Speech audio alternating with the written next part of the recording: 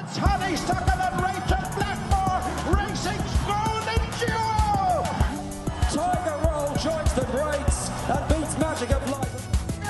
Best behaviour on the near side with the wettest of saves for Paddy Brown and Oliver McKiernan. Local trainer Derek comes in again and beyond his Chepstow.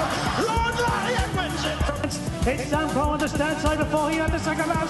Fahey lands in the lead by half a length and goes on from Samco. Hello and welcome to week 8 of We're Going Chasing. This is a special episode here today. We're joined by Cheltenham Festival winning rider Paddy Aspell. Hi Paddy, how are you? Killian, how are you getting on? Not too bad now, Paddy. Thanks for joining us. We're absolutely delighted to have you on here. As everyone knows, James is away this week. He's out in Pakistan at a wedding. I've linked into with him anyway. He got there. He's safe and sound. Bit of acclimatization with the climate and the food, but he seems to be happy enough so far. So we've brought in Paddy, and hopefully Paddy is as good as James, if not better. So we might just crack on to the... Sorry, Paddy, go on. Fair play to him. It's a fair shout, isn't it? Spending Christmas in Pakistan. It's definitely a different plan to most other people, but yeah, take my hat off to him. Yeah, like in fairness, like it wouldn't be something I do. So you've got to hand it to James now. He's really stepped outside the box on that one. So we might crack on this week's podcast, and I think it would be remiss of us to start anywhere else other than Davy Russell. So obviously Davy hung up his saddle there on Sunday with the win on Liberty Dance in Thurles. So like he's had some career, and I think anything that's been said about him already, I don't think I could add to it. Like obviously a great horseman, a gentleman, like a hilarious man too. Everything he did, it was so good. Like I just sort of one story about him, like obviously I've been into racing for years, but sort of when I really got into it was about 2016, like sort of starting college, and there was a horse called Maldini. And now I'm from a place called Crowell in Galway. You might know it. Pat Kelly trained Maldini and Presenting Percy. So obviously, like I remember at the time Maldini won the Pretemps, and like the place was crazy for a week. And obviously Davy did the steering that day, and then the following year to follow it up on Presenting Percy, and then to go and win an RSA and have a Gold Cup favourite down in a small village in Galway, like when like horse racing isn't huge in the west of Ireland. So it was huge for us, and I think that sort of brought me into racing a lot. And like I thank Davy for that and all the great days he gave us.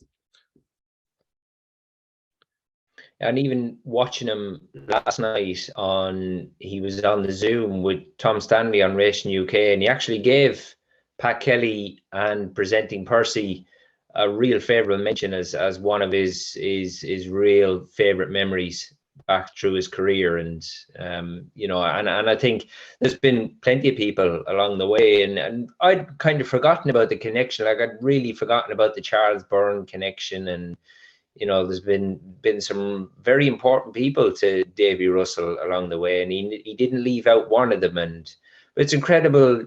You know, I know he's had some horrendous injuries. You know, most lads who have been able to curtail their career as long as what Davy has, they are going to have setbacks. But I mean, that particular one they picked up in the Munster National, I was working that day. I remember seeing it, and it wasn't good. And even when Davy appeared on RTE that time, and he was sort of, what would you say? He wasn't nearly back, but the way he was talking was that he wasn't that far away. But when you could see how restricted he still was in the movement in his neck, I remember saying to myself, there's absolutely no way that man will be getting back in the saddle.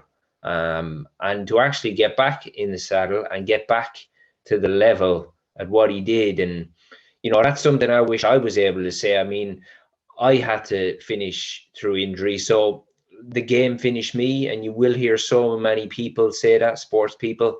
Oh, I was so happy getting out on my own terms, and that's exactly what Davy has done, and it'll mean an awful lot to him. And I was sat watching the racing, and you know, when I seen that last run out to him straight after the race, I know it was a good performance. it was the race of the day. And I thought, well, yeah, it's a good winner, but it's not that big a winner that everybody's congratulating Davy. And so put two and two together pretty quickly. And then obviously when I saw Adele leading the horse in, I thought, hey, I think he's pulling the plug here. So, but it was a great moment. It really was. He's had a great career, and I think personally, I think he's going to be a real big gun in the bloodstock world. Breeding, selling, buying. He's going to be, I would think, rather than going down the obvious training route, which I think he's pretty much given that the cold shoulder. I think he's going to be a big man in the bloodstock world. Okay, fair enough. And Paddy, I know obviously you rode a lot of winners over jumps and on the flat, and we'll say, did you ride against Davy much? I remember when Davy, when he came over, obviously for the job in Ferdies, and I was riding out in Ferdies just at the time when Davy was finishing up there.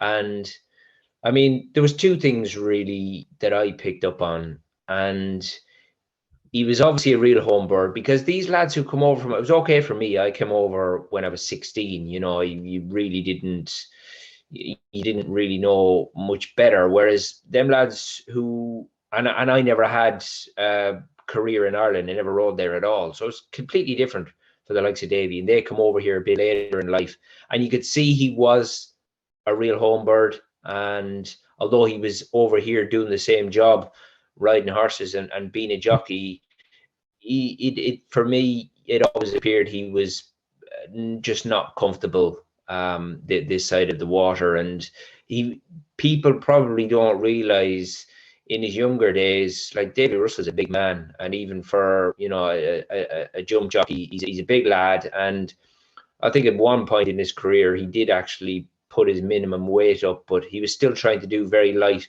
when he was over here. And between that and obviously missing home and maybe been a bit unsettled, you probably never got to see the real Davy Russell over here than maybe what we see in Ireland. And that was one thing I picked up on, and it was no surprise to see him return. And that's obviously where he really felt at home. Yeah, no, that's fair enough. And like, to be honest, like it was sort of sad seeing him bow out too. Like, we'll say, growing up for me, like you'd have the 4 or 5 main sort of jockeys: Davy, Ruby, Paul Carberry, Barry, and AP. They're all gone now. So it was a bit sad to see like the last of sort of the old guard stand down, but look, it was obviously coming. So look, and best luck to him in the rest of his life and whatever else he gets up to. So we might just move on there to sort of a review of the last week. So obviously with the weather, there hasn't been much racing on.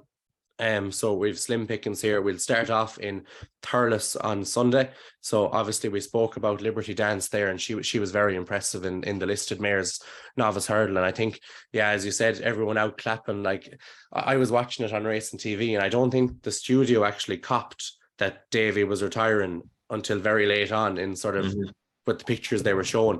So I was thinking the same. It's like, gee, she's been impressive, like, but that was it. But I think, yeah, she's a horse that she obviously was in hurdles debut in a grade 3 in Down Royal, and she came 5th or 6th that day. Since then, she beaten one of a horse that Rob Atchison spoke about on our Rob Core podcast, Foxy Girl, beat her fairly easily in a mare's maiden. So she stepped up on that now, and like you'd imagine, she looks a decent player for a mare's novice hurdle, maybe down the line or something. But yeah, I thought she was pretty impressive. Without a doubt. And I think probably the biggest thing here to note is obviously Davy was booked for some real good rides yesterday and today, but they were pretty convinced that this mare was going to win on Sunday, so that Davy could obviously go out on a winner. And yeah, you never had a worrying moment. And one thing that I've picked up on, and I've often heard Ruby Walsh mention it a few times, that we probably associate Thurles with, a small country track, but quite surprising, the good horses that rock up at Thurles. And Ruby has often said about what a jumping test Thurles is, and I'm talking over fences here now, but we also get to see some very nice ones over hurdles as well. And so, yeah, I thought it was a good effort at the weekend, and it'll be onwards and upwards for her. And I mean, the O'Driscolls, they haven't always had the best of luck, but they do have some nice horses on their hands. And yeah, it'd be interesting to see maybe further down the lines what plans, connections they've got for her. Yeah, definitely. And then keeping with Thurles and moving to the bigger obstacles, Ramilles for Willie, Paul Townend and the Donnellys. Like, he was a very impressive winner of the beginner's chase. Myself and James had this debate here a few weeks ago that the Donnellys, they just seem to buy really good horses all the time. I don't know who sources them, but like, he's another, looks really good. I think he's, like, they obviously have Gaillard du Mesnil there as well in that sort of stay and chase division, and I think a lot of people had him down as the 4-miler horse, being the second season novice and all that. But for me anyway, I'd be switching them around. I think Ramilles would benefit for going up and trip to that sort of extreme trip. But yeah, he looked very impressive, jumped really well, and like he won as easily as he liked, really. So you couldn't be much more impressed with him than you were.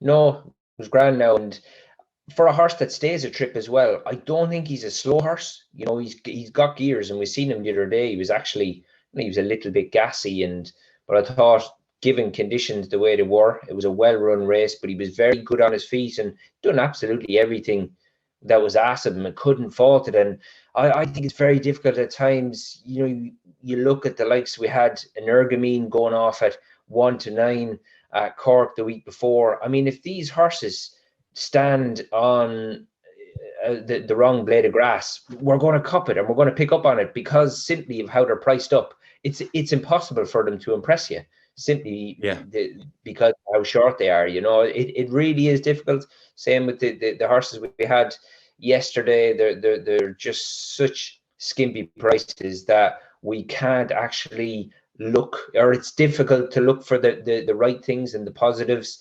You're always looking at the chinks in the armor when they are sent off very short. But I couldn't pick any holes in Ramillies. I think there were more so with the bulk of the horses that Willie is producing at the minute. It's more of a sigh of relief, and it's a box ticked and on to the next one, really, isn't it?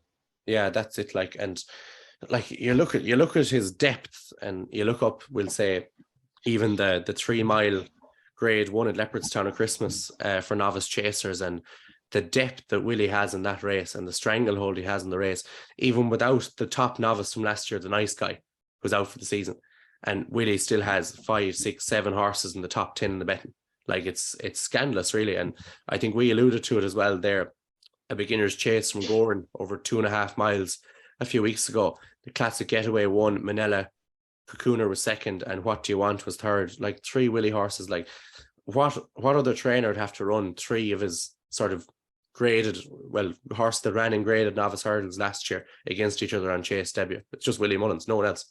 Like, there just simply aren't the races for all these horses to be split apart. And look, it's great, because like, I'd much rather see them all take each other on than have 3 1-4 shots and just jump around. So like, fair play to him for doing it. So then moving on to Punchestown then on Monday, the rescheduled card there, starting off with another listed mare's novice, C'est La Vie.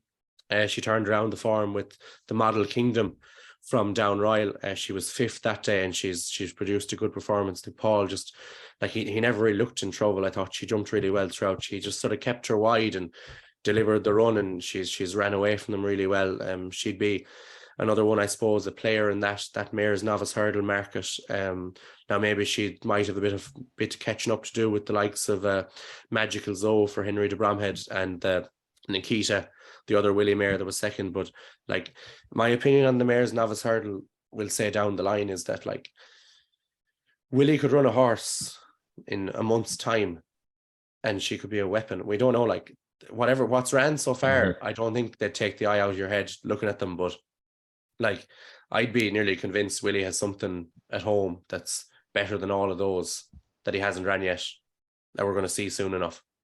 That's just a guess now, but I wouldn't be surprised if we see one in the next month or so.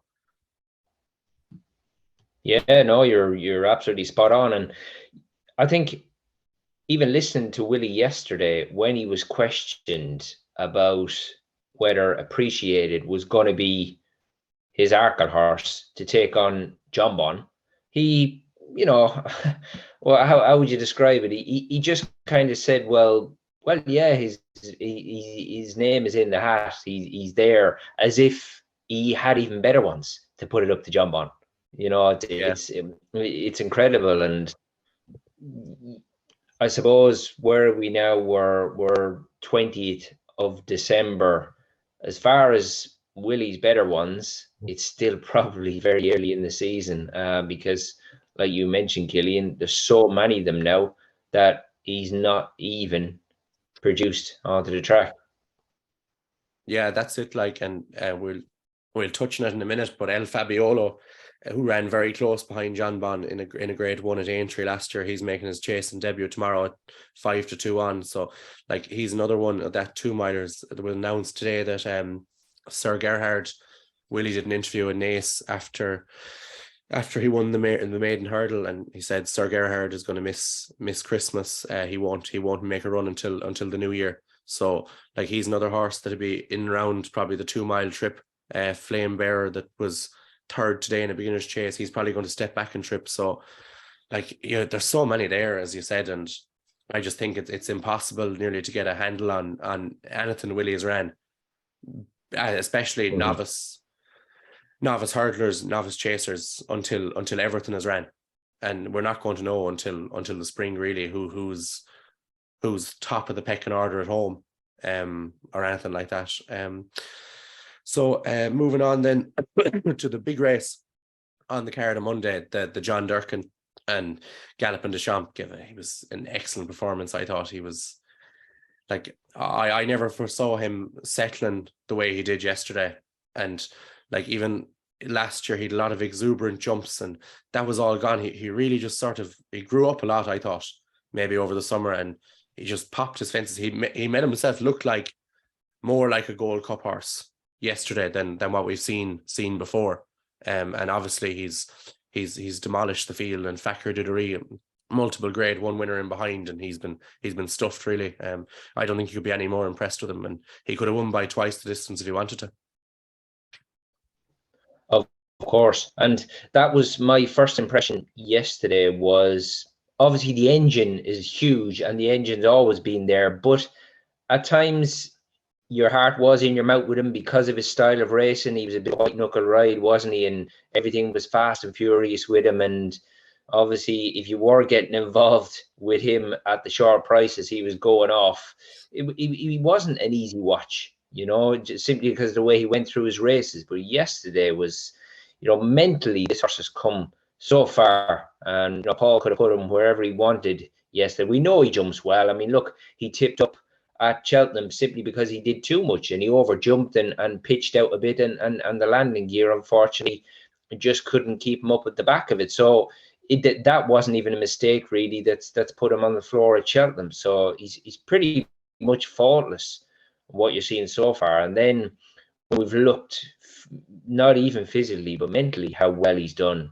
through the summer. And that was a point that Willie made, wasn't it, that he was chuffed to bits to see Townend come past the stands with a bit of slack in the reins. This horse has taken the job far better now, and obviously you look at the price he was installed afterwards as far as Gold Cup goes, and the sort of trip that he's going to have to be stretched out to. It doesn't really add up as yet, but one thing's for sure, where he is now mentally, and he's grown up so much, he's going to really help himself to see a trip out. And that wouldn't. I don't think it's silly talk for me, the price he is, because we're pretty sure he's going to get a clear round, because often these horses, rather than school them 100 times, there's no better lesson these horses can have, is to actually end up on the floor And I'd be very surprised if we were to see him do that again. And now that he is settling, he looks to finish article, doesn't he?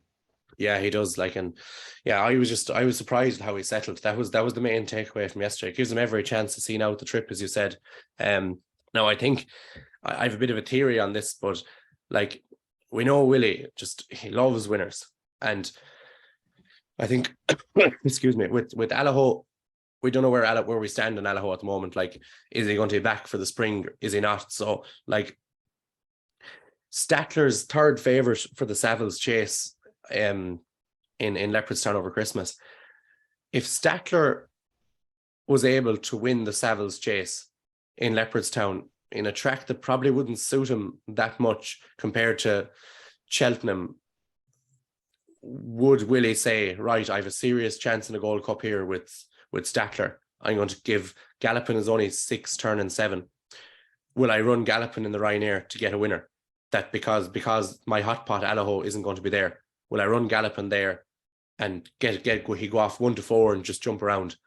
And he'll probably scare away half the field. It'll be a 5-runner race. And then he has Statler, who has a serious chance in the Gold Cup after winning the Grade 1 at Christmas. That'd be my thinking on it if Allaho isn't back. But obviously, if Allaho's back, he'll go for the Gold Cup. Statler go for the Gold Cup. They'll all be there. Mm-hmm. Well, that's why we love the game, isn't it? Because there's so much to unfold, and you know, we call it it's Willy ball, isn't it? And it is, yeah. There's so much guesswork involved, and as much as so many of us can give out about it, it's fantastic because, you know, if everything was mapped out and laid out, it would be a little bit monotonous. Whereas the guesswork is half the fun of it, and there are going to be more names that are going to put their head above the parapet prior to Cheltenham and at the Dublin Racing Festival and even over Christmas. And in a month's time, we're going to have so many other names in the hat. We're going to have names out of the hat. Fantastic. Yeah. Oh, it's great. And like that's why we love it, as you said. So the last one then in Monday at Punchestown, excuse me, is Appreciated, the beginner's chase. Like, goes off a 1 to 4 shot, just does his job, jumps and gets round and wins. And like, he'll improve loads for that as well. Yeah, big time.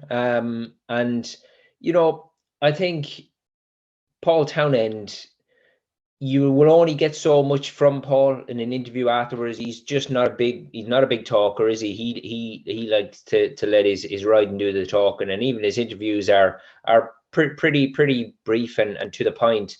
But even yesterday, you could see that he really enjoyed both them horses over fences, and interested in his comments on Appreciated when he said he was doing absolutely nothing most of the way, all the way around. And I mean, this horse for me, when he rocked up in the Champion Hurdle last year, he just didn't look right on my TV. I mean, he's an absolute brute of a horse, isn't he? And trying to go around with them 2-mile Champion Hurdlers last year, and you know, let's not get it wrong. He actually ran very well on just pure ability in a Champion Hurdle, considering that was his first run back. But he's just so big, you just can't imagine this horse doing anything other than jumping fences. But I thought he was really, really good yesterday. The third last, I mean, he gave that a foot. And the second horse, when he came to him, I mean, if you had drone footage yesterday, it would have been interesting to see if Jack Kennedy even actually managed to get upsides. I don't think he did.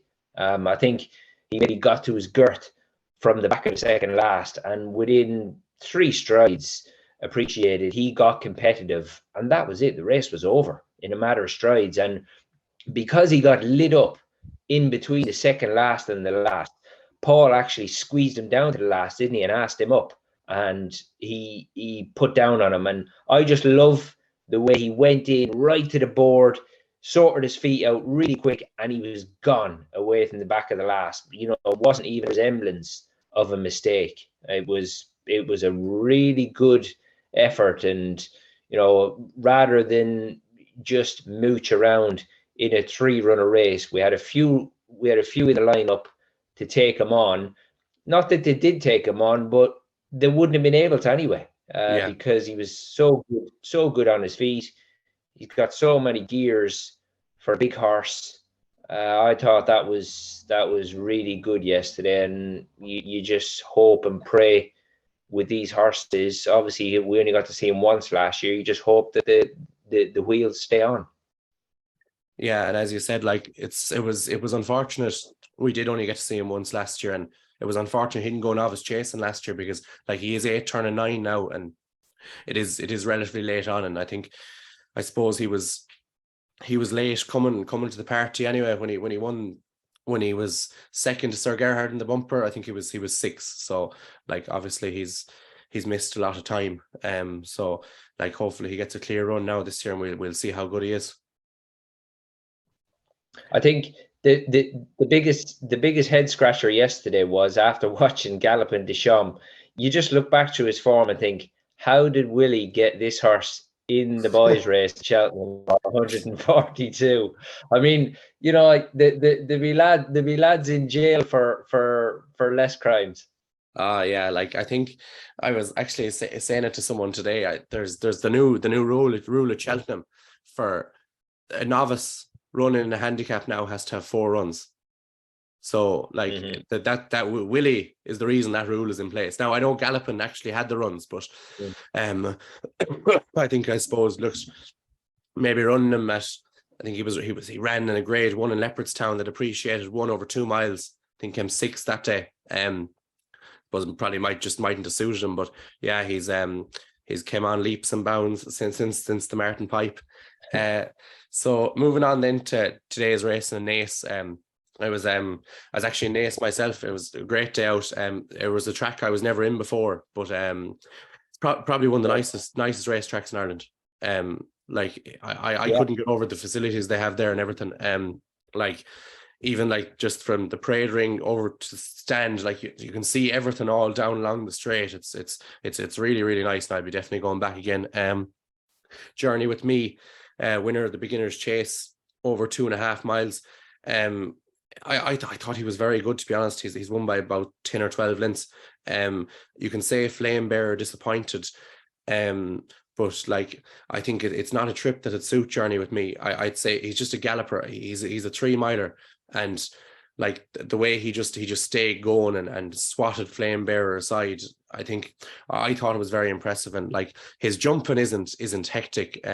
He sort of made a mistake at the last, but that ground was heavy enough ground in Naas today. Horses were finishing tired, so I think like that has to come into it too. And he didn't really finish tired. I thought he sort of stayed going. Sort of on Flame Bearer, then he was part of our 10 to follow. He's disappointed a bit, but I always saw him as a 2 miler. I know he's placed in a 2.5 mile grade 1 novice, but I saw him as a 2 miler. I think they'll probably go back and trip with him. But interestingly, his first couple of runs last year, he was beaten. I think he was bet 30 lengths by Dysart Dynamo in a maiden hurdle. So like maybe he takes a couple of runs to get fully right. So he's probably a spring horse. So we'd probably see the best of him in the spring. And I wouldn't be writing him off. Even at this trip, I wouldn't write him off over 2.5 miles. But certainly he'd be better when he goes down on trip, I'd say. Yeah, and I think it's interesting what you say there, Killian, about him. I would say connections, because I've often heard Ruby make comment about him that he's a very free-going horse at home. Maybe their hands are tied as to how much they can actually gallop him. So maybe they've left a bit on him today and let the race course do the work for them, because there's no doubt. Because I thought he actually settled quite nicely. He fenced well, but he got very tired. Very tired. But you know, we've got to be careful over the next sort of week, because this is ground that's been very, very, it's been frozen solid, and now it's sort of still on the turn. It's very claggy, holding ground that really catches hold of horses' feet. And, you know, even good horses like that, you see how they're finishing today. And that's all down the ground. But in fairness to the winner, because I think he learned an awful lot from Goran, because you mentioned about the strength and depth with what Willie has, and it was 3 Willies that were in front of him at Goran, and they had him under that much pressure that he ended up hitting the deck in Goran. I know Goran's a big jumping test, but today I thought he was not full perfect, but he was better. He looked to me like a horse who knew he'd been on the floor, and he was a bit better on his feet.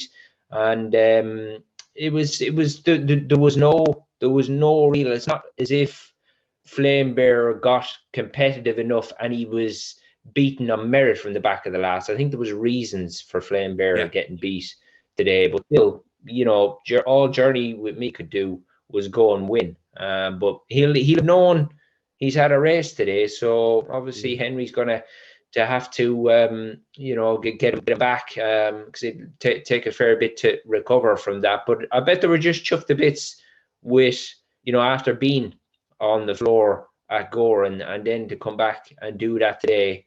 Yeah, they'll have been absolutely made up, and hopefully, you know, obviously we've seen another winner for Henry on the card as well. You know, hopefully just these better ones, especially of Henry's, are just turning the corner now, and he hopefully can get a good run at the job. Yeah, no, definitely, and that'll bring us on, I suppose, now to Inthepocket, the grade 2 winner for Henry, Rachel, and JP. I thought it was interesting actually that Rachel was riding it in Mark Walsh today. I don't know if you saw any reason for that. I didn't anyway. Maybe it's just they might only have, I don't know if they any other horse in the yard bar Manila Times. And there's another one, Lemessini. He's a brother to Larishberg. He's in Henry as well, but he hasn't been seen in a good long time now. But maybe it's just he sort of lets her ride the ones in Henry's yard. But yeah, you can take nothing away from Inthepocket. It looked like after jump, or when they went around the last, that he was just going to run up the hill. But like as I said, the ground was a lot worse than what it looked on TV, I think. And it takes a lot out of the horses, and it looked like he was going to run away. And I think on better ground he would have ran away from them, but I think he just sort of got, as you said, he got caught in it a bit, and that sort of let the McNeil horse, 3-card Bragg, come back at him then a bit, and it made it a bit tight for a finish. But I think Inthepocket is a good bit better than 3-card Bragg, and like he's into about a 12-1 shot for the Ballymore now. I think I saw someone mention that they could go back to the Lawlers and Naas on the 8th of January.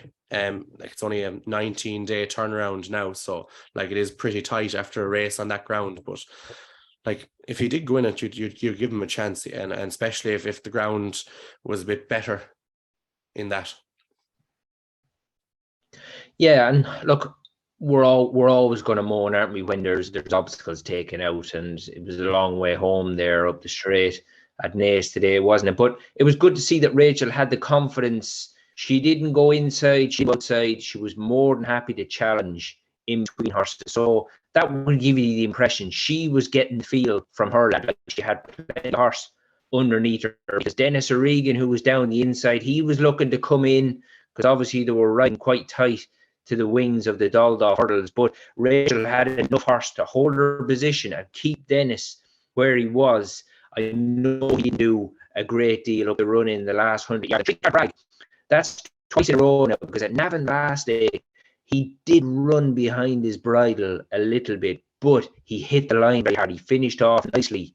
You just see him today when Heskin got him up right under that standside rail, and he just got a smack or two into him. He is a horse who's all about finishing and staying. Yeah, I thought he ran really well, and he probably wouldn't really read into the actual finishing distances in the end. I just think the Rachel's horse was definitely doing the bare minimum up the running. But that was a good race, because you know both the 3rd and the 4th are very, very good animals. Yeah. And but probably the biggest thing to take from the race was maybe how Rachel's horse went through the race. Not so much his last furlong, but just what he did before that. He's obviously unbeaten.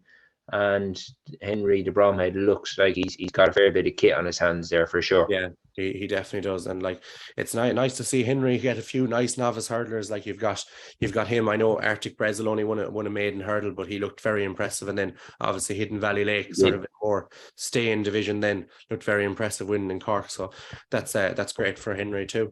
And then the last one I might just touch on is I'm gonna try this now. Impair et Passe for Willie and Simon Munir. They won the 2 mile 3 furlong maiden hurdle today.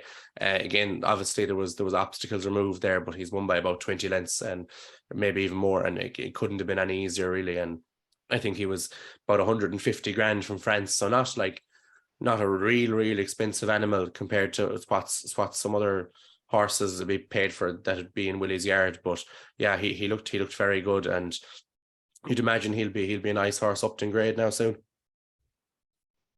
Yes, I looked at his price tag, and that was my thoughts as well. I thought, geez, that's not actually bad money, to be fair. But I think the biggest thing I took away from that was he was the only horse today that quickened. It was something at Naas today that horses weren't able to do, but he did it. So, you know, he's obviously got a fair engine, this horse, because we just spoke about Henry's horse in the that beat Flame Bear. Even a good horse like that couldn't really quicken in that ground, and even Rachel's other winner, did win, but didn't really quicken. Whereas this horse, he did do that. Was very taken, and you know, only one run in France. We've seen Willie do this so often, and often does it, as we know, very close to the festival. He just produces these things that have won, you know, at these province tracks, and generally more the better tracks, but have only ran once, you know, in either a French bumper or won a hurdle race. And you know, they're just such unknown quantities. But that was a real good effort, and this is another setup, isn't it, with, you know, obviously Darrell Jacob was in Naas today, but as far as Willie's concerned, when Simon Munir and Isaac Swade, when they have a runner, his stable jockey rides them, whether you know, Jacob is there at all. So it's good to see that, you know, it's continuity, it's a bit of loyalty, and yeah, they certainly look like they've got a nice one here for sure. Yeah, no, definitely. I think is it just maybe Mark Walsh is the only jockey outside of Willie's yard that rides for his retainer, we'll say. Like obviously you said Darrell Jacob there, so like I think Walshy is the only one really that comes into ride the JP horses. So yeah, he's another nice type for Willie, and like he just pulls them out of thin air, really, doesn't he? Like, and you have to admire himself and whatever scouting network in France he has, that they just keep finding these really good horses. So yeah, that's sort of the review of the last week's racing. So we might move on now to a preview of the week. There's only one race we're going to actually have in this section, and it's the Beginner's Chase tomorrow. I hope this is up on time for tomorrow, but I don't think if we say he's going to win, I don't imagine he will lose. El Fabiolo, Paddy, it's 5-2 on shot. Yeah, I mean, I had a look earlier on, and it's actually not a bad card at all tomorrow at Fairy House. But I suppose he's in the first race, so he's going to get, you would say, theoretically the best of the ground. But yeah, very exciting. And you know, it's not like nobody's turned up here. I know we've only got 6 runners, but you know, we've got some nice ones here. Colonel Mustard, you've got to forgive that comeback run, and if he was to leave that behind him, you know, he's a fair horse on his day. He's got some very, you know, he's got some very tidy form, and there is a few of them. Harvey's Key has had a run this time. Top Bandit, you'd imagine he's not going to turn up. Percy Warner has had a run, so you know, it's not just going to be an absolute given. And obviously he's got to jump around, but very low mileage, still only a 5-year-old El Fabiolo. And like you mentioned, the only defeat he did have last season was behind John Bon, and you know, he was very badly hampered, wasn't he, by the faller, and you know, it was very fine margins in the end. So on another day, John Bon could have lost his could have got beaten. that day. So yeah, very interested to see how El Fabiolo fares out tomorrow. And it's been a busy week since the racing kicked off, or a busy few days since we have got back racing for Townend and Willie Mullins. And every day now they've been producing nicer ones each time. Yeah, they definitely have. And I think crucially for Paul, like the racing being called off has actually helped him in the Irish Jockey Championship too. Like I think it's about 25 or 26 jacks ahead of him at the moment. But so obviously the Durkin and the Hilly Way were on 2 separate days. Sean O'Keefe was down to ride in Ergamine. That's a winner Paul ended up getting back then after racing was rescheduled. So like it ended up working out pretty well for him there as well, and things like that. Like just we'll just mention the Arkle betting at the moment. So you can have El Fabiolo at 7-1, John Bon 11-8. I think I've made my feelings clear here the last couple of weeks on John Bon's price. Like I'm happy enough to let him go win at 11-8.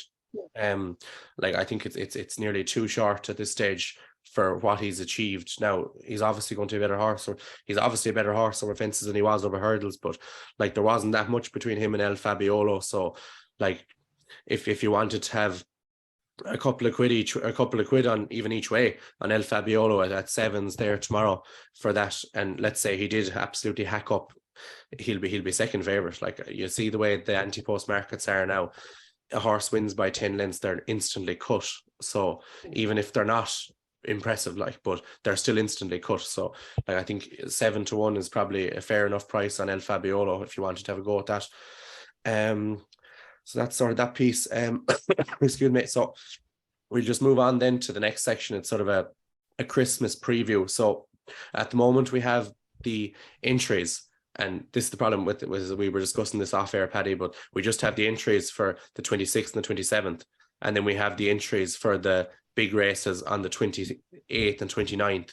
So like we don't want to delve into it too much, like, and see half the field, half the horses we've mentioned gone, but we might just touch on, we'll say, a few of the races sort of in that. So we might start with Down Royal on the 26th, just a hunter's chase there.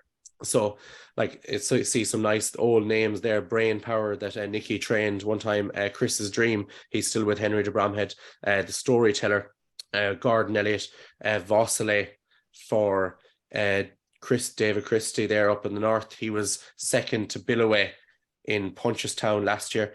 Snow Falcon for Noel Mead, and then Singing Banjo, a horse that, if you remember, Philip Rothwell was just touched off in a cross-country handicap in November last year, and then he was just behind Delta Work in the cross-country in Punchestown last month. So that's a pretty good race, and it's nice to see all these old horses still going, isn't it, Paddy? Oh, it's fantastic. And just looking down to it here now, God, that's as strong a hunter chase I've seen in a good while. And I mean, your heart, they've got 2 in there, actually having the Christies. Your heart broke for the Christies at Cheltenham, because they live and breathe the point and job, don't they? And to get done on the line, it was harsh. And I know people had their views, because obviously they were beaten by such a big outfit, and Patrick on the day was, he got a fair old band, didn't he, for the stick. So there was plenty of negatives about it, but they were very sporting people, and you'd love to see them get their day in their sun. Yeah, absolutely would. And they're obviously pumping a lot into these hunter chases, and they're running them as 6 and 7 year olds. They're trying to get them really hardened for when they do rock up at the main festivals, and hopefully now they do get their day in the sun, as you said. So we'll move on then to Limerick on the 26th then as well. A couple of maiden hurdles there. There's a few different horses that are sort of, they're entered across all Christmas, so I don't know there's much point going through most of those. You have the likes of Kudasheva there in the second race. She was an expensive purchase for Henry de Bromhead last year. She's entered in the maiden hurdle over 2 miles. She was third in Navan behind Grange Clare West, Willie's horse that's favourite for the Bartlett. So she's won there. And then maybe we might just touch on the grade 1 in Limerick, the Faheen Novice Chase, aptly named Faheen Novice Chase after what he achieved down in Limerick between hurdles and fences. I think Jerry Colombe for Gordon is the 8-11 favourite. He was pretty impressive when he won on chasing debut. He looks a real chaser too, big strong horse.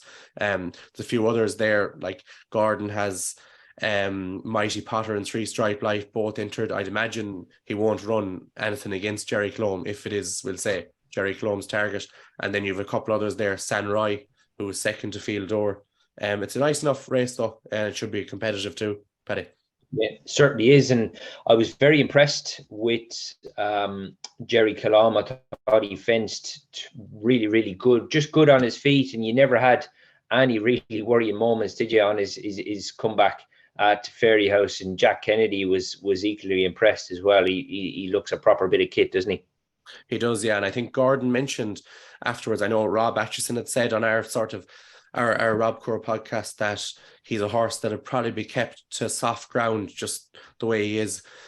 But I think Gordon mentioned there recently that he's a horse that he wouldn't be opposed to running on better ground later in the season. It's just sort of at this stage of the season where the horse is, he wouldn't like to run him on better ground. But they're going to, like, Limerick's always soft. They're going to get soft ground in Limerick, at least soft.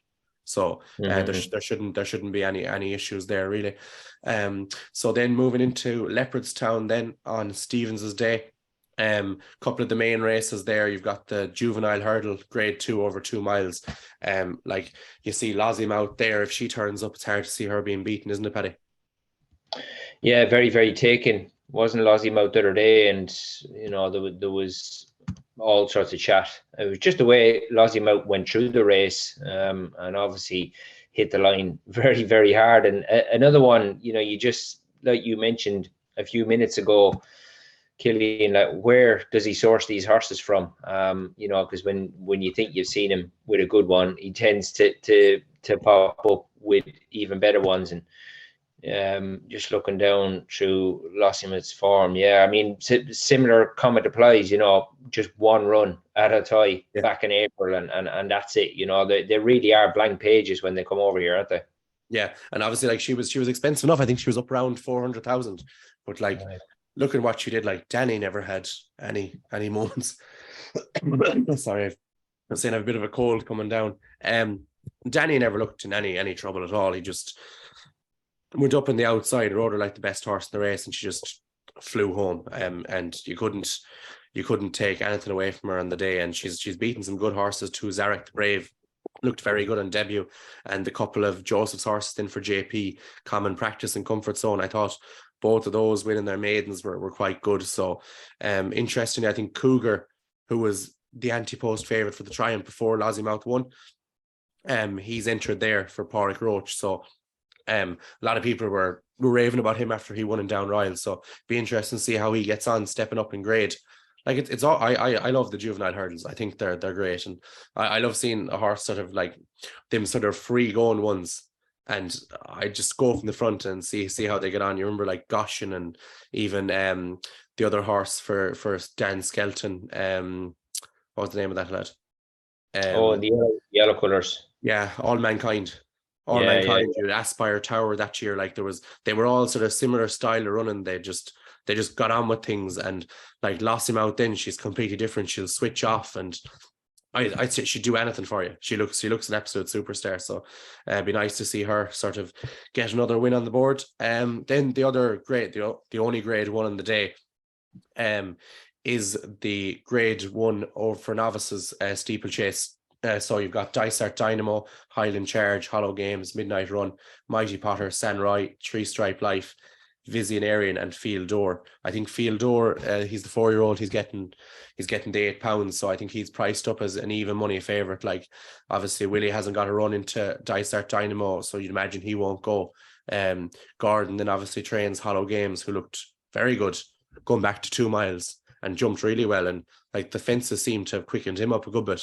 Like I thought he was a sort of a slowish type horse last year over hurdles. Maybe it was just the way he was jumping them, but like fences have made him faster, much the same as they did to Banbridge for Joseph. Like, so you'd imagine maybe he'll run both of them. Mighty Potter definitely won't go, and I'd imagine Three Stripe Life will go to the 3 mile race. So it could be a relatively small field there again. Like there's only 9 entered, so I'd say you could end up with 5 runners. It's a bit disappointing, but like I think it's just the way it is now. Like Willie hasn't got out a lot of his, so maybe that's just how it's going to go. Yeah, no, it's looking like a small field, isn't it? But Yeah. I totally agree. I was very impressed with him at Navan. There was never really any worrying moments, and yeah, he looked like a horse. If it was possible, that had actually improved again for summer break. Yeah, no, definitely, and yeah, I think he's a horse that hopefully he'll be pretty good in those 2 mile graded races this season. So we might move on then to Leopardstown on the 27th. So the first race there is the grade 1 for 2 mile open chasers. Again, 8 entered, probably going to end up seeing 6 in it max. So Andy Dufresne, Battle Over Diane, Blue Lord, Captain Guinness, Shack and Persois, Cour Sublime, Gentleman de Me, and Jeremy's Flame. So I know Captain Guinness and Cour Sublime have been entered in the Desert Orchid, or are planning to be entered in the Desert Orchid at Kempton. Whether they go or not now, I don't know. But I suppose in Ergamine's absence, and I think it was a predicted absence after winning the Hilly Way last week, sort of makes this a more open race. But it's still hard to see past the likes of Shack and Persois. He is so good around Leopardstown. It's hard to see him being beat there.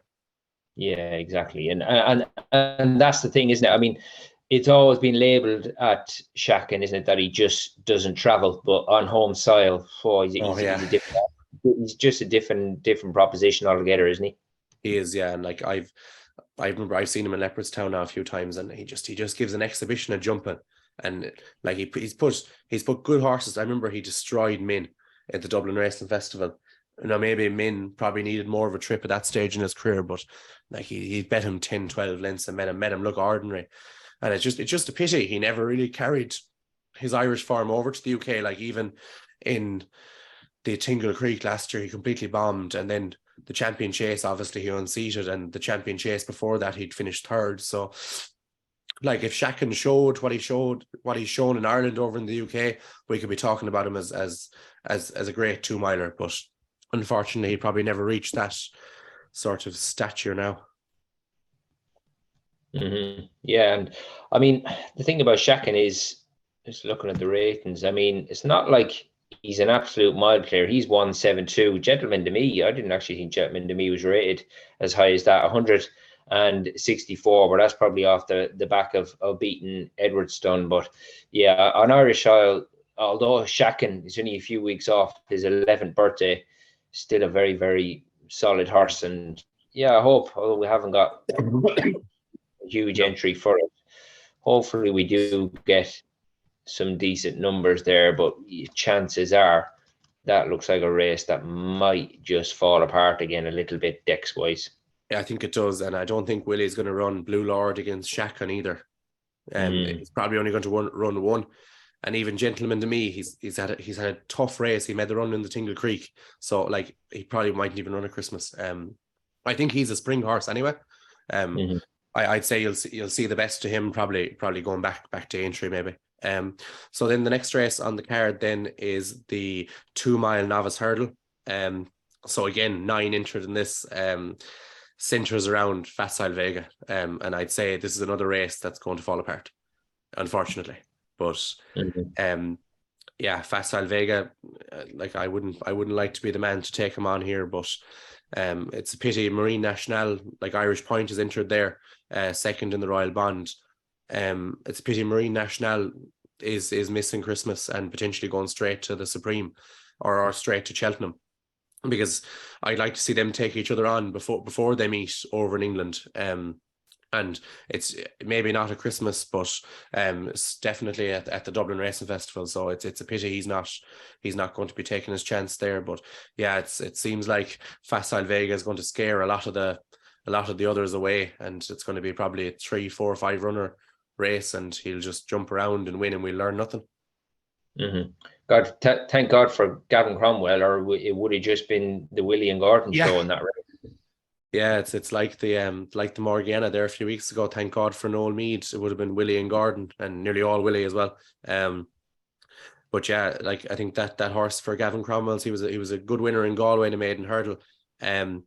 I think he's struggled a bit up in grade, so maybe something's come out of that since his run, and maybe he'll be better the next day. But hopefully he runs and gives us someone else anyway in the race. Yeah, because I mean that he was beaten fair and square was too bad to be true, because he never featured in any shape or form. So hopefully they did find something small, because he didn't give his runner for sure. No, definitely not. And then just the last race on the card that we might look at for the 27th in Leopardstown is the Paddy Power Chase. Probably my favorite race at Christmas. I think it's very good. I actually the race from 2 years ago when Manila Times finished behind Castlebawn West.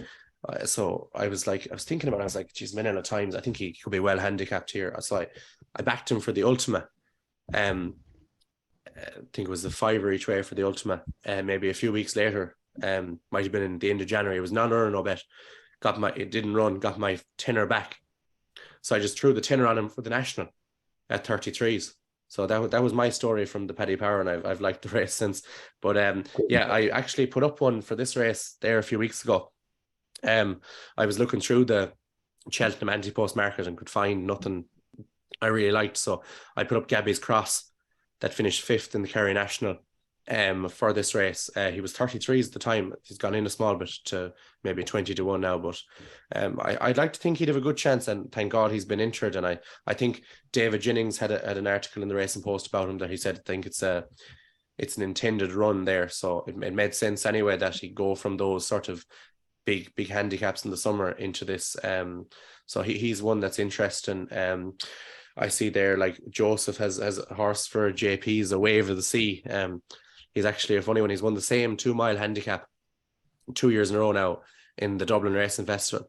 But in between last season, between winning it 2 years ago and winning it last season, he ran like over 2 miles 6 and 3 miles. So obviously they're running him up and trip, and the mark will come down a small bit, and I'd say he'll end up back at that race again in February.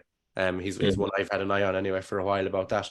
But yeah, it's a very strong race. I know Frank Hickey from Paddy Power had been sweet on a horse for Martin Brazel called Panda Boy, right down there at the bottom of the weight, number 28, 10 stone 12. So he'd been quite sweet on him. I think he could be favourite now. He is, yeah. And then another one I've been looking at was a horse called Mr. Incredible. He was trained by Henry last year, and he's gone to Willie now. So he'd be just interesting. He refused to race out over 3 miles at Christmas last year for Henry. It's just interesting to see what Willie can do with him. I think I'd say he's a difficult horse to train now, to be honest. Like, it didn't seem like he won a beginner's chase and then bombed behind a high senior in Newbury before refusing. So I'd say he's a bit of a monkey, but be interesting to see what Willie could do. And it's like, I thought he was a better horse than what 140 gives him credit for last year. So if Willie does unlock him, it could be a race he'd win too. I don't know if you've any opinion on the race, Paddy. Yeah, just looking, not seen him obviously since Tremor back in April, but he's got a grand race in weight, hasn't he? Just he does. 11 stone 2. But yeah, very capable on his day, and yeah, it will be interesting to see if Willie can maybe change his point of view about life in general. Yeah, it's going to be a tough test, but I suppose if anyone can do it, it is Willie Mullins. So we won't discount him on that. So we might just move on to Limerick then on the 27th as well. So you've got the grade 2 over just shy of 3 miles. For novices, horse that I saw entered in it, Jungle Pros for Gordon, that mare that's just absolutely stormed up the weights. She's up to 137 now, having arrived off 85. So it's an astronomical rise, really. She's entered there. Like, you couldn't discount her in that kind of race. I know it's up in grade, but she just keeps winning. Is she in the grade 2? Yeah. Oh yeah. Because it's not really like, you'd wonder who sourced that mare for them, because so often it's the other way around. You will see them come from come from Ireland and come over here. Yeah. But you don't often see horses that have run here and then go to Ireland. So I mean, that's a great bit of sourcing to get Jungle Pros, and it's incredible to see where the rating has gone to now, has climbed the ranks. I mean, from the Punchestown run to the Navan, handicapper put her up 109 up to 125 in one go. Yeah. Really is incredible, but she stays very well. She's a good jumper, and she's looking to get the 5-timer up here. But yeah, it's incredible, and a syndicate horse as well. You know, it's a real nice story, and obviously she's dipping her toe into deeper water, but she deserves to, because she's climbed the ladder, as you say, isn't she? Yeah, no, she's absolutely well entitled to it. Another horse entered there at Calnisi Star. It's one I've been on about for a while. Won the point-to-point bumper in Goran Park by 18-20 lengths last year. From Monbeg Park. Oliver McKiernan trains him. He won his maiden hurdle in Goran as well. Beat Pink in the Park. That was Willie's filly. Yeah, I like what he does, and I think this could be the perfect race for him. I think he probably needs a good cut in the ground, and he's going to get it in Limerick. So like I'd be very sweet on him. I'd prefer if Jungle Pros wasn't there if I was punting Canalisi Start, because I honestly wouldn't like to take her on the way she's climbed up through the weights. And I think 16,000 they paid for her. Like, she was rated 85 or so. So like it was a fair chunk of money. So they obviously, a few people maybe saw something in her. And maybe she had issues over at Nick Gifford's. I'm not sure. But yeah, Gordon's definitely, it's been a serious training performance. Actually reminds me of a horse trained by a Galway man years ago called Poor Man's Hill. I think he was rated in the 90s, went to Gordon, ended up winning Ulster National. I think he won his 6 of his first 7 races with Gordon. Went way up the weights as well. So like Gordon has shown time and time again he's capable of doing that with horses coming from smaller yards. So that sort of wraps up the 26th and 27th. We might just touch on then quickly just Leopardstown on the 28th and 29th before we move across to the UK for the King George, the Long Walk, and the Christmas Hurdle. So we'll start off with the Leopardstown Christmas Hurdle over 3 miles, aptly named after Jack to Bromhead this year. So obviously there's a pretty big field there sort of entered. Now these entries will be updated again tomorrow. So the 22 that are there, they'll probably fall a nice bit, but with Bob Ollinger, Flora Porter, Home by the Lee, Classical Dream, Saldier, Sire de Burle, Echoes in Rain, Zana here. It's a pretty strong field, isn't it, Paddy? If they really all were to turn up. Yeah, really strong. Yeah, Saldier's 160, Classical Dream 163. Wow, yeah, it really is good to see Jeff Kidder with an entry there as well for Noel Mead. I didn't even notice him. He's off the track a long time now. Yeah, he certainly is. Obviously Flora Porter. Yeah, that's a really tidy race, that, and obviously Bob Ollinger in there as well. Yeah, like, and hopefully they all do rock up. I sort of have one concern with Classical Dream. I don't know, does he back up his runs as well as he should? Like, obviously he won that race last year and then went to Goran Park, and maybe it was the ground, but like he completely bombed, and then it's sort of he's beaten in the stairs. Then I'm just wondering, had he gone to the stairs fresh, could he have beaten Flora Porter? I'm not sure. I think Flora Porter is a super animal, and like he's just brilliant. He's obviously trained for that one day a year, and he turns up to Cheltenham, and he's just a super horse. He's won the race twice, and you wouldn't bet against him winning again in March. Obviously he's only an 8-year-old, so like he is relatively young still. So yeah, it's shaping up to be a nice race. But I think, to be honest, like, if like, obviously I'm biased here, but I'd love to see Bob Ollinger win it for Henry, and just to sort of, obviously it wouldn't do anything for him, it's sweeten the eyes, but like, you know, it would be great for the family to win that race that's named after Jack. Yeah, no, definitely. See, there's a bit of English interest as well. Proshima, Dan Skelton's given Proshima. Oh, yes. He completely bombed out at Newbury the last day, but be interesting to see after the entries are updated tomorrow if he is still in there. It's not often Dan Skelton ventures over the water. No, it's not. And like, I don't think we'll do well to see one English horse come across to Leopardstown this Christmas, really. And even for the Dublin Racing Festival, like barring maybe Paul Nichols going over with Frodon last year, you rarely see the English come over, and it is very good prize money on offer as well. So you'd sort of hope one or two more do start coming over. So next then is the Savills Chase, field of 18 entered at the moment here. Obviously there'll be a good few taken out. Gallopin Des Champs, Lifetime Ambition, Vanillier, they all ran in the Durkin race there on Monday, so they won't run. So it's sort of centering around a Plutard, last year's winner Galvin, Statler, and maybe Conflated, then the Irish Gold Cup winner.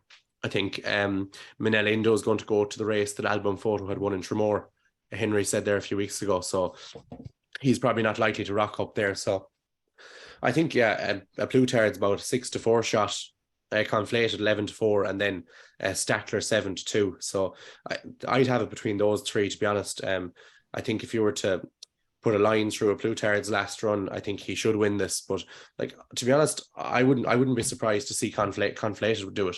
I thought he was very impressive when he won the Irish Gold Cup, and like he's had his comeback run. I think he needs a run to get ready, to really sort of to get fit. So I wouldn't be surprised to see him run a big race now, to be honest. Yeah, he's a tricky one, isn't he, Conflated? He's obviously very, very talented, but he's a little bit unpredictable as regards which Conflated is going to turn up. You know, I think the man on his back maybe played a big part of it as well, Davy Russell. But yeah, he that's the only quirk I would have with him, is that he is a little bit unpredictable, albeit very good on his day. And I mean, look, Plutard, that Haydock run has got to take a fair bit of forgiving, because, you know, he never remotely got competitive at any point during that race. I know they came back and said that he'd picked up some sort of virus and a blood issue, but still, nonetheless, it was so flat. I'd imagine Harry Skelton just couldn't believe how easy he ended up winning. You know, because he kept looking around to see where Rachel was, and I'd say he was very surprised that how easy he ended up going through the race. But I suppose the only saving grace here is that Rachel pulled them up as quickly as what she did, and she didn't give him a hard time simply because she just had no horse there. So yeah, it will take a fair bit of forgiving simply because it was so flat, but we do know how good this horse is. He's rated 180, for God's sakes. So you can always forgive them a bad day at the office. And interesting to see what sort of fashion he can bounce back in. Yeah, obviously it'd be great to see him bounce back, like especially with Gallopin Des Champs looking so impressive the last day. It really give a bit more life to the Gold Cup. Like if you see a Plutard bomb out again at Christmas, you're sort of saying, oh, look, it's looking like maybe Gallopin Des Champs and maybe whatever wins this race, and then the likes of Protectorat, who seems to have improved again this season for the Skeltons. So that brings on to the last sort of day we've entries in Leopardstown. So the first one is the 3 mile grade 1 for novices chasers. So a lot of these sort of horses, they've some of them haven't ran beginners chases, some of them haven't won beginners chases, but like the one you'll be really looking at, I think, is Classic Getaway, the winner of that race in Goran Park, that Willie had 1, 2, 3, and I thought he was really impressive that day. And he's gone and improved on his hurdles form by loads, and he's won really well. He looks a really good chaser. And then maybe someone like 3 Stripe Life, who shipped Davy off in the Drinmore. I think he might be a better horse up in trip. They'd be sort of the two I'd be looking at. Like obviously we don't know where horses are going to run. It looks like Jerry Colombe is going to go to Limerick, so that sort of rules him out. Mighty Potter, can't see him stepping up to 3 miles at Christmas. There's after winning the Drinmore, so things like that. It's hard to know at this stage, but yeah, they'd be the two I'd sort of be looking at, and Guyer Dominion then as well. Yeah, and there's one or two others in there I think are worth to mention. The Devil's Coachman, he isn't a natural, and obviously he fell behind Mighty Potter. He's a horse, if he can put it together and improve his technique a little bit. He's got a massive engine, but you've always got to take that on board, that the jumping department just isn't his strong point. And I think I read yesterday, Manila Crooner, he's actually got an entry in one of these online sales coming up pretty shortly as well. Manila Crooner and Music Drive, they're both owned by the same owner. So they're actually both up for sale. Right. I think they're potentially the only two horses he has with Gordon. So they're both up for sale. But like Manila Crooner is a very good horse, obviously, and second in a grade 2 before winning the beginner's chase. I suppose maybe a bit lucky to win that day, but he's a good horse, and it'd be interesting to see what price he fetches. Yeah, definitely. And I think that the horse you spoke about, though, Classic Getaway, I mean, he won that day, didn't he? When it was an absolute, it was a vile day down at Goran. And I think Manila Cooner, he got a bit of a freebie, you would say, on the front end. But I think whether I was on a front run or not, it'd be very hard for a horse to make all the running, considering how conditions were on the day. And Classic Getaway, I think he actually surprised a good few people, didn't he? The performance he put in, and yeah, definitely. He just had improved beyond all recognition for jumping a fence. Yeah, no, definitely. It'd be interesting to see now how he goes up in grade.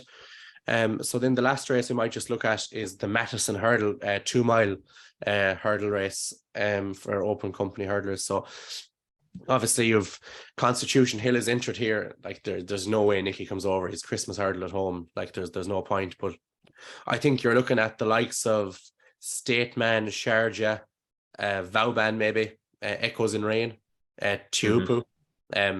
So that's sort of what you're looking at there. I'd imagine for Teahupoo, after winning the Hatton's Grace, I'd say he'd probably want soft ground. I think Gordon sort of alluded to that afterwards, that wherever soft ground is, he'll go to. Sharjah then, Leopardstown specialist. I think has he won this race 3 times? I could be wrong, he might even have won it 4, but he's won the race a number of times, and obviously runs well, runs around in February then at the Irish Champion Hurdle before Honeysuckle won hers. But he's another horse that could step off from his reappearance. But Stateman is the one everyone wants to see, I think. Oh, without a doubt. And even if we were lucky enough for Nicky to come over the water, Stateman, what a cracking race that would be. Oh, unbelievable. Yeah. Really is. I mean, you spoke about Teahupoo. He is getting very ground dependent to just see him at his best. I mean, we speak about Sharjah as well, only just shy of his 10th birthday, but very, very classy horse on his day. And then looking down to the rest of them, obviously you've got Bob Ollinger in there as well. One of the more interesting ones, if she could ever put it together, she really did get a nasty fall the other day, didn't she? Echoes in Rain, but she's got so much ability the way she travels through races. But I think Patrick kind of blamed himself, didn't he? Because they'd been running her on the level through the summer, and I think he told Connections to maybe run her without the hood this time, but she was very free the whole way, and she ended up turning over at the last or the second last. It was a tired looking fall, but the gears and the ability that she's got, if she would just help her jockey out a little bit by dropping the bit down a bit earlier in her races, I'd say she's got a tremendous amount of ability. Still only a 6-year-old that goes in Rain. Yeah, I was there that day, and like Patrick was fighting with her for a long way around, and like I know a lot of people said, "Oh, what about Echoes in Rain?" But I don't think she'd have featured in the finish, just with how keen she was and how free she was early in the race. Now, like as you said, if she puts it all together, who knows what she'd do? Like she's obviously ran up close behind Honeysuckle a couple of times as well, over 2 miles, and she'd do it over 2.5 for you as well. But it's just a case of getting her to settle. That's the problem, isn't it? So, it'd be interesting to see now as she rolled back out, because she did get a nice slap now when she came down in the Hatton's Grace. So that's sort of the Irish preview then for the first sort of 4 or 5 days. So we might just move on to Kempton then on Stephen's Day. So we might just look at Kempton, Stephen's Day, and then maybe the Welsh National then as well, because there's nothing harder or easier than picking out a winner in a big handicap like that. So the first race we might look at is the long walk hurdle, the rescheduled race from Ascot. So I suppose the main three you're looking at: Champ, Paisley Park, Goshen, and then Paul Nichols runs the filly Miranda there as well. Who do you like there, Paddy? Well, I mean, the thing about this race is we're just so glad that they are, and probably we're so lucky as well that they rescheduled it, aren't we? Absolutely. I mean, yeah. it would have been an absolute disaster to lose this one. But run me down through the betting again. Yeah, Champ 7-4, Paisley 5-2, Miranda 7-2, Goshen 9-2, and then you've Botox has 13-2, and Not So Sleepy 12-1. So 6 of them at the moment. Yeah, I mean, the way Champ came back at Newbury the last day, I mean, that was as good as I've seen him now in a fair while, because I think on the day he probably he came up against a real good version of Paisley Park, because Paisley Park, for a change, he never hit that real bad flat spot that he hits in the races. You know, we know he always finishes off, but the way he travelled and held his position that day, turning in straight away when they turned in that day, I says Paisley Park's a winner, because if he can maintain his position in a race as easily and as well as what he did that day, I thought he would take a bit of eating. But fair play, Champ was very good, but it was a very shrewd ride by John Joe on the day, because he kept as far away from Paisley as he could, because you don't want to be eyeballing Paisley Park, because he's a horse, you know, who doesn't know when he's beaten. He's got an awful lot of battle in him. But I thought Champ looked very, very good. He's just a different proposition these days over hurdles, and just he's a very, very classy horse. He is, yeah. I think Champ is sort of like Classical Dream. Does he do some of his best work fresher? Like, I don't know, does he back up the runs as well as they'd like him to? So like, I don't know. Goshen's the one. He's hard to sort of get a handle on, isn't he? Like, if he turns up and he wants to do it, he could win easily. But then he could just throw the toys out of the pram as well. And like, I'm not sure. I wouldn't like to punt. I don't like punting Goshen, but I like to see him do well, and I'd like to see him win a race like this. I think that was Ruby Walsh's first comment after Goshen won at Ascot. Yeah, was he said, I would just love for Gary Moore to bring this horse and run him in the long walk. Oh, very good. Yeah, and that was, and you know, Gary was listening, so it was a fair shout. Yeah, no, and that's that's sort of the year Gary Moore's had as well. Then, so you'd like to see him win a Grade 1 like this, without a doubt. Yeah, no, definitely. And we might just move on then to the next Grade 1 on the card. Christmas Hurdle, Kempton, Constitution Hill, a 1-6 shot. Looking at sort of the entries here, you've got Epatante. I like to move at Nappers Hill, Sorayal, couple others. Then it's you couldn't foresee a scenario where Constitution Hill is beaten. So it'd be interesting to see who actually does want to take him on. Like I was saying to you earlier, if I owned or trained, I like to move her Nappers Hill. I'd probably be thinking I'm not going to waste a run here against Constitution Hill looking for second place prize money, really. Will I just go elsewhere and try and win a Grade 2 or win a Grade 3 or a listed race or something and try and get a win into the horse, as opposed to try and take this lad on, because he looks absolutely, I don't want to say unbeatable, but he does if it's not Honeysuckle or State Man, they'd be the only two horses that at the start of the year I would have said could beat him. I don't think any of these can.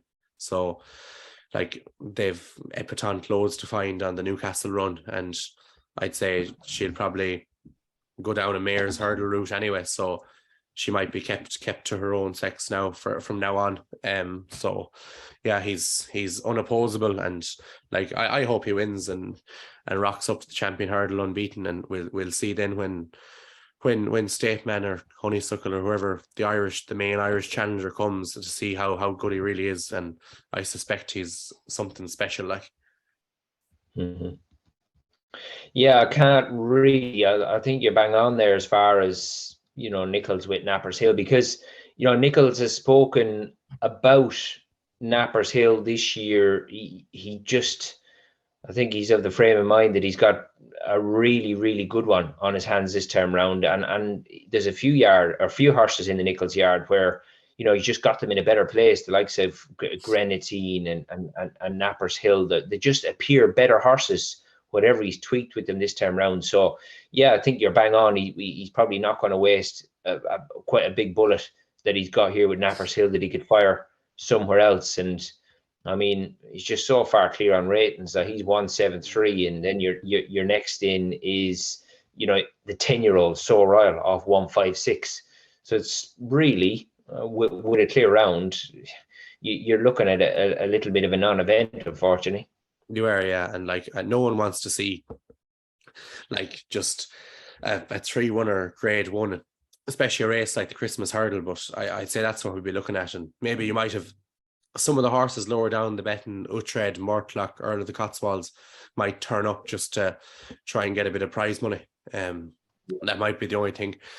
So then the sort of, I think it's the big race of Christmas. In my eye anyway, it nearly always is the King George. So at the moment we've Brave Man's Game 7-4, Laham Press 2-1, Hitman 4-1, On Violence 7-1, Frodon 14, Royal Pagai 16, Eldorado Allen 20, Ahoy Senor 33s, and Miller's Bank a 50-1 shot. So the 9 entered, like they're 9 really good horses, and like interestingly, they're all rated above, well, Frodon 158, but they're all, bar Miller's Bank, they're all above 160. Frodon's 158, but like Frodon was a 165, 166 horse one time anyway. So like it's a really high class renewal, and I hope they all turn up, because it'll be a really, really good race. Yeah, it certainly will. And I mean, we've seen Harry Cobden on the racing debate the other morning, and it was the most definite I've seen, obviously, of him, of how sure he was that of which one he was going to ride here. Because up until now, he's kind of, won't say been sitting on the fence, but you know, he wasn't ruling out Hitman. But obviously, there's been a bit of chat, hasn't there, about Sam Twiston on standby to ride Hitman. So it sort of looks like they've booked Sam Twiston for Hitman and for Alex Ferguson, and he's got plenty of previous, hasn't he, with them connections in this race. So, you know, that was the obvious move. But the thing about Brave Man's Game is, you know, him and Ahoy Senor, I know Ahoy Senor has gotten the better of him in the past, but they're just so different, these horses.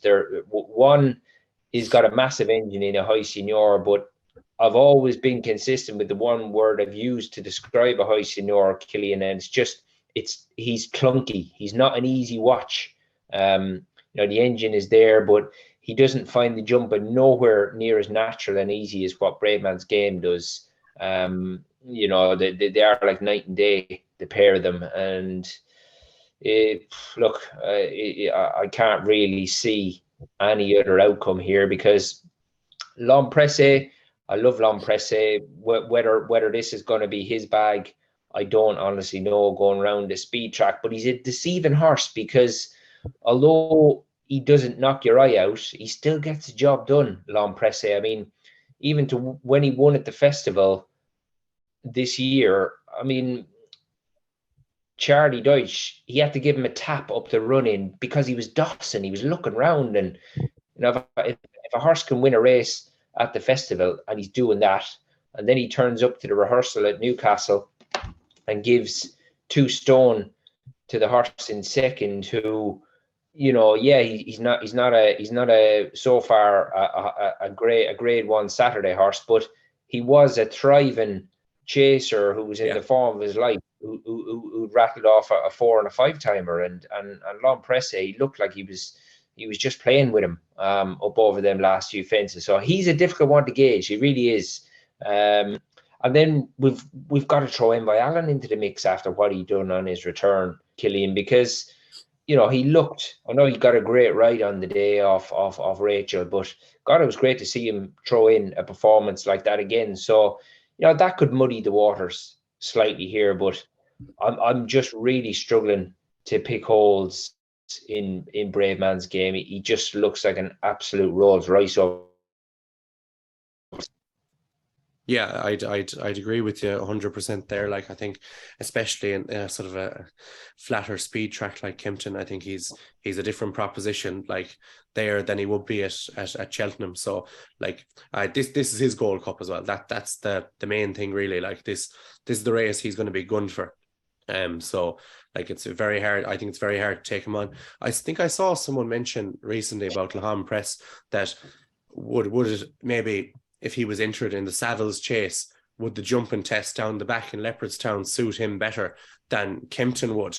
And it probably would, like, I suppose. So it would have been interesting to see if he had an entry in the Saddles, just to see. Maybe, like, very unlikely he would ever go over to Ireland at Christmas, and especially in only his second run in open company as well, and the first in a Grade 1 or a graded race even. So, but I think Leopardstown might have suited him better than Kempton. And then just to touch on Violin, I don't think anyone could have foreseen him doing what he did in Down Royal. I certainly couldn't anyway, and he was very impressive. And yeah, he'd have to have a chance. It was an interesting fact on him, like he's won a 2 mile open company Grade 1 and a 3 mile open company Grade 1 as well in the last 2 seasons. So he's very trip versatile as well. I know maybe the race at Christmas last year in Leopardstown over 2 miles, it was Battle Over Dying came second, so like it probably wasn't a great renewal, but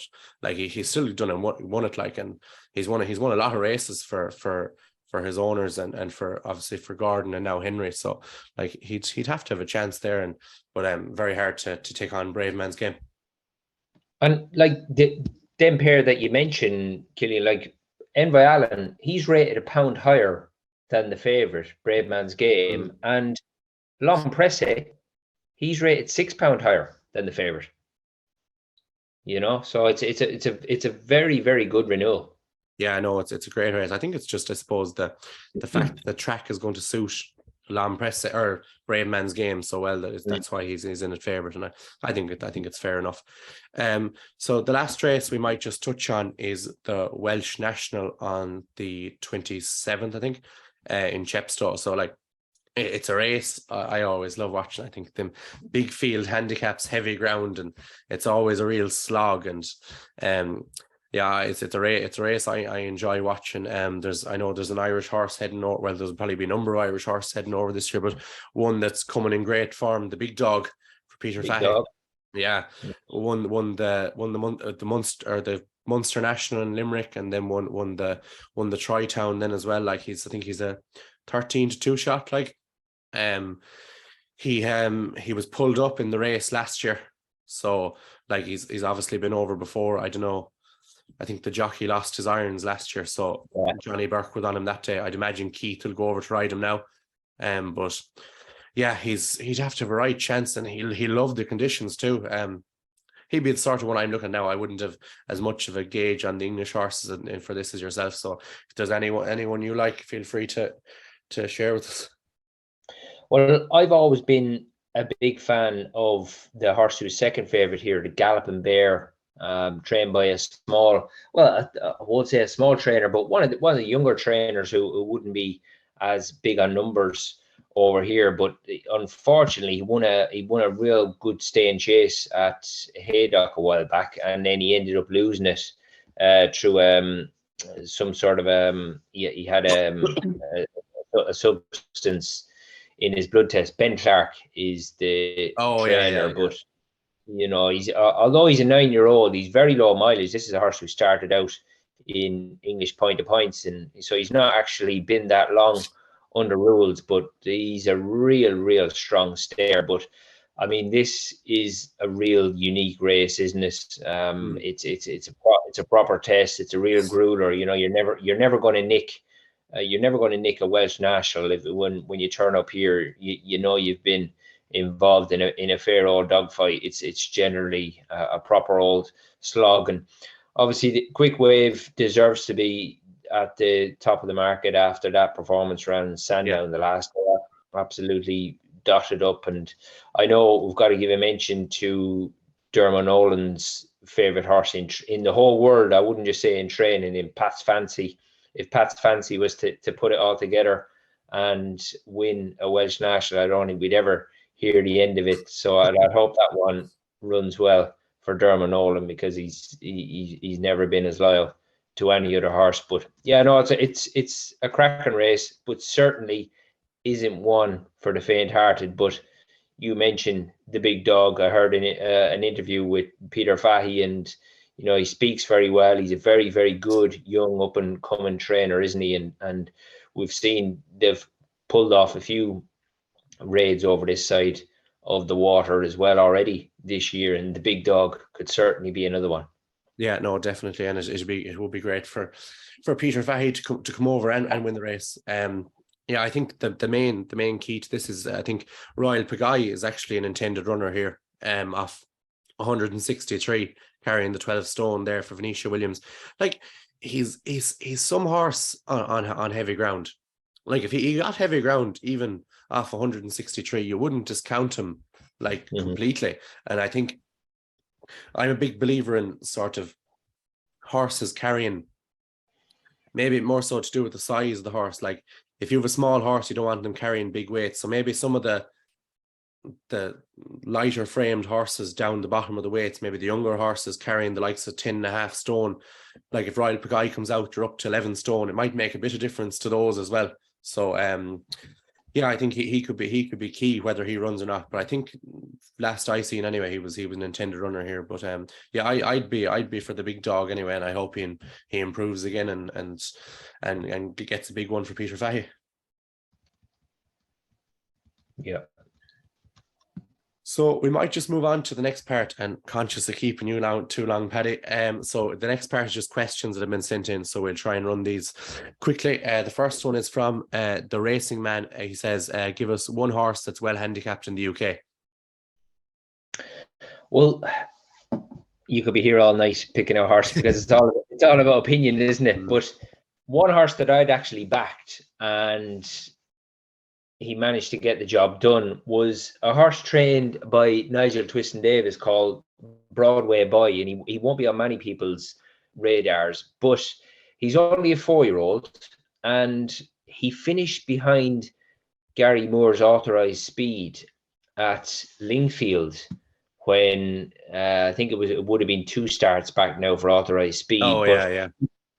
Look, he was well held at Lingfield, but it was deep ground. And for a 4-year-old, I thought he kept galloping quite well. And that's a race now which is starting. There was even a horse who pulled up in that race, won at Plumpton today. That's a race that's working out very, very nicely. But anyway, long story short, the handicapper gave him 114 off the back of the Lingfield run when they put him into a handicap. And they stepped him straight up the 3 mile at entry on his first go in a handicap. Now, he looked beaten the whole way up the straight. He's a horse who's all about staying. He really is. But he responded very, very well to pressure. And for a 4-year-old to carry 12 stone, first go over 3 mile under rules, I'd say he's got a fair engine. And the handicappers only put him up to 118 simply because it took him that long to win the argument up the straight at entry. So the handicap couldn't do any more with him. So I'd keep an eye on him, because I'm not sure what the plan is. I did look at his future entries, and there was nothing popping up. But obviously he's in good hands, and only a 4-year-old. There could be a big pot in him going forward. So put him in your tracker, Broadway Boy for Nigel Twiston. Absolutely, yeah. And obviously only rated 118. There could be plenty of scope for improvement there, hopefully. So the next question and then is from Robert Bourne, like Jason Bourne. Early idea of a Ballymore winner?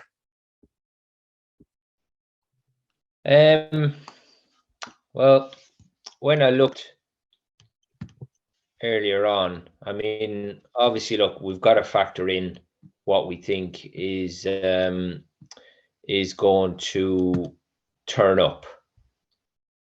But when I suppose you speak about value, that's really what I was trying to go off. Is value.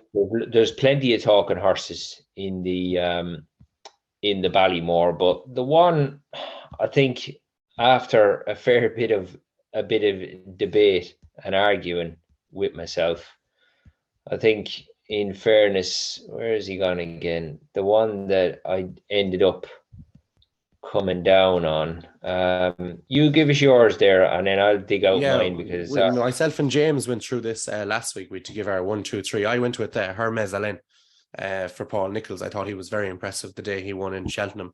So I think he's going to the shallow hurdle now. So I'd imagine he won't be stepped up to 3 miles. Then I'd say he'll run in the Ballymore. I think he'd have a right chance. He jumps really well. So I know horses that make the run in the Ballymore tend to not be they're hard enough to make the run in that race, but and I know that Brave Man's Game sort of fell into a hole a couple of years ago as well, but I think Hermes Allen might be potentially a better hurdler than Brave Man's Game was, so I'd be happy enough to chance him in that. Yeah, I mean, Nicholls, he's never hidden the fact of the sort of regard he holds Hermes Allen in. I suppose the only thing maybe, Killian, that you could label at Hermes Allen is, would he just lack that bit of experience for a race like the Ballymore? Yeah, that's sort of it. Like, the maiden hurdle was a bit of a non-event. He's won a grade 2.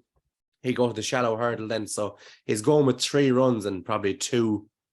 Hopefully he gets a race in the shallow hurdle. That's the main thing. Like, if someone eyeballs him and he has to fin them off, that's probably the main thing he needs. Like, I remember Brave Man's Game went there and he'd hacked up a few times, and like, you probably need to be a small bit battle hardened going to these races in Cheltenham, unless you're trained by Willie Mullins. But you probably need to have a bit of experience and something like that, a hard race, and then he gets a break then until March. So a tough race in the shallow would be ideal for him, and hopefully then that gives them the necessary experience to get the job done.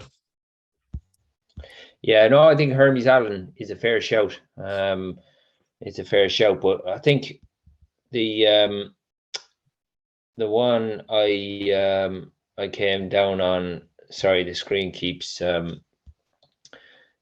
jumping on me. Where is he gone again?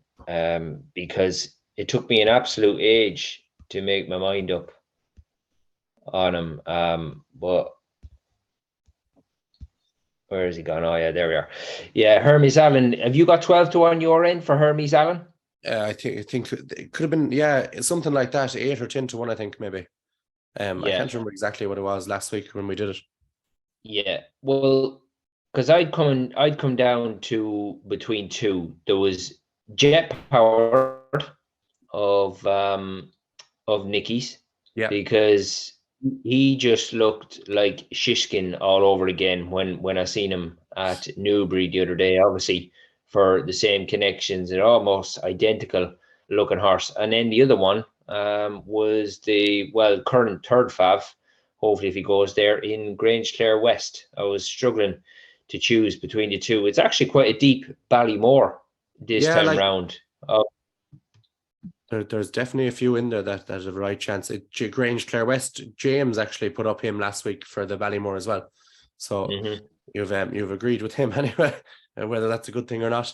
So no, they're two great picks now, in fairness, and hopefully we'll get a bit of value out of them, and that they will run the race. Thanks to Robert for that. So then the next one is from Jack Core, and it's who's Paddy's favourite horse to ride and what was his favourite winner?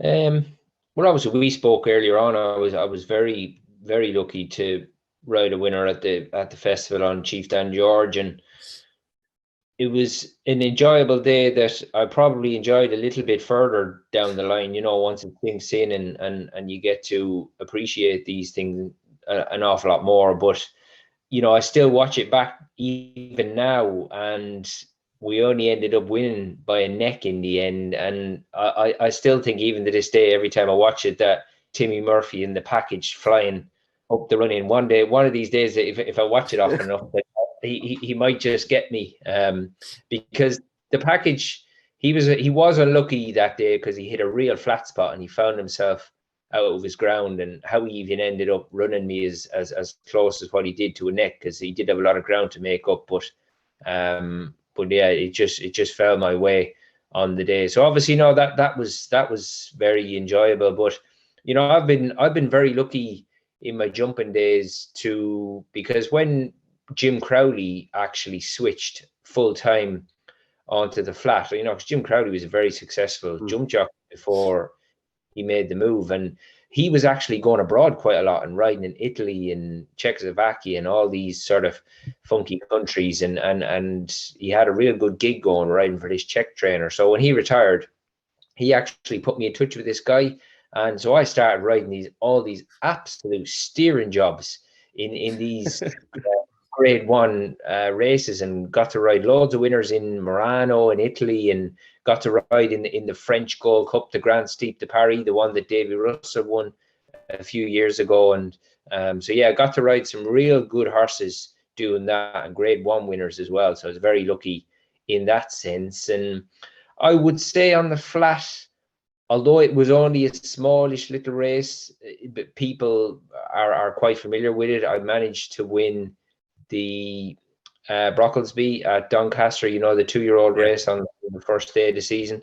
I won that on a horse of Mick Easterby's called My Boy Bill, and that was quite special because I tutored this horse nearly all the way through the winter prior to the flat season, and he was just such a lovely horse. And I think he didn't surprise us that day, but it surprised me that he was sort of streetwise enough to go and win, because that was the first time this horse had ever set foot on grass, was when he got to Doncaster that day.